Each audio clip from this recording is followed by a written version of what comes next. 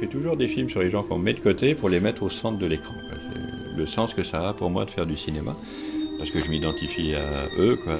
Et là, donc, Gwynplaine, c'est vraiment ça.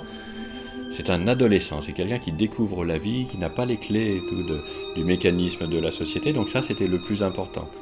Un personnage qui est un enfant au départ, qui est abandonné par ces fameux comprachicos qui lui ont fait cette cicatrice. Donc on démarre par un abandon.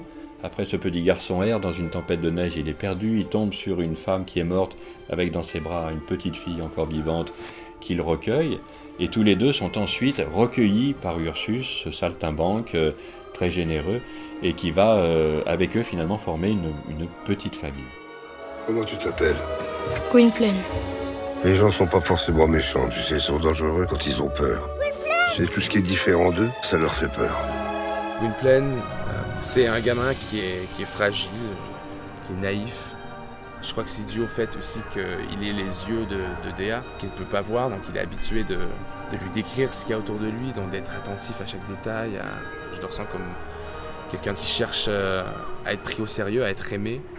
Il pense qu'elle est aveugle, si elle me voyait, elle me trouverait repoussant et elle ne pourrait pas m'aimer, quoi. Il ne peut pas dépasser ça, alors qu'elle, évidemment, si elle le voyait, elle continuerait de l'aimer, quoi. Elle dit bien, c'est pas la question de voir, d'aimer. Et si je devais ne plus entendre le son de ta voix, plus sentir ta présence, je n'aurais plus aucune raison de vivre. Là où la multitude voyait le monstre, Dea, aveugle, voyait l'archange. Je suis à toi. Et Dea, elle illustre bien la pureté, la fragilité en même temps et la force. Pour moi, elle symbolise l'amour absolu, cette histoire. C'est c'est une sorte de Roméo et Juliette, c'est l'amour qui triomphe, l'amour qui transcende. En même temps, ça laisse place au public à projeter beaucoup de facettes de leur vie ou de leur relation, que ce soit avec leurs amis, avec leurs parents, leurs frères, leurs amoureux, leurs amoureuses. Je crois que ça représente bien l'amour en général.